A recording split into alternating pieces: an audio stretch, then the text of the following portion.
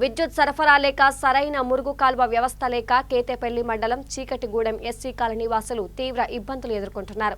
తాజా వర్షాల నేపథ్యంలో ఎస్సీ కాలనీ నీట మునిగింది. ఈ విషయమై స్థానికులు గతేడాది వర్షాకాలంలోనూ తీవ్ర ఇబ్బందులకు గురవుతున్నారు. 2 రోజులుగా విద్యుత్ సరఫరా లేదన్నారు.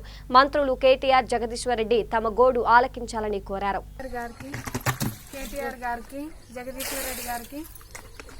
జిల్లా కలెక్టర్ గారికి, నకరేకల్ ఎమ్మెల్యే, ఎంపీటీసీల వారికి అందరికీ వినమ్రంగా నమస్కరించుకుంటున్నాను. కేతపల్లి మండలం నల్గొండ జిల్లా చీకటిగూడెం గ్రామం ఎస్సీ కాలనీ మొత్తం ఈ నీళ్ళన్నీ నిండిపోయిన వర్షానికి ఇక్కడ రోడ్లను వేసి మొత్తం ఇక్కడ చౌడి కాలువలన్నీ తిరగకుండా అయిపోయినారు. ఈ నీళ్ళన్నీ ఇంట్లోకి వచ్చి చిన్న పిల్లలు ఉన్నారు, అందరూ బాధపడుతున్నారు.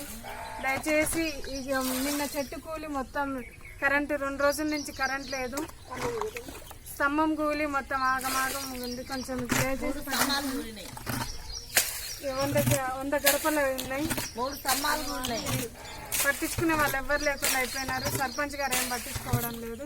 కొంచెం దయచేసి మీరన్నా స్పందిస్తే ఈ ఊళ్ళో ఎంపీటీసీ గారు, ఎమ్మెల్యే గారు కూడా దీన్ని పట్టించుకోవాలని కోరుతున్నాం సార్.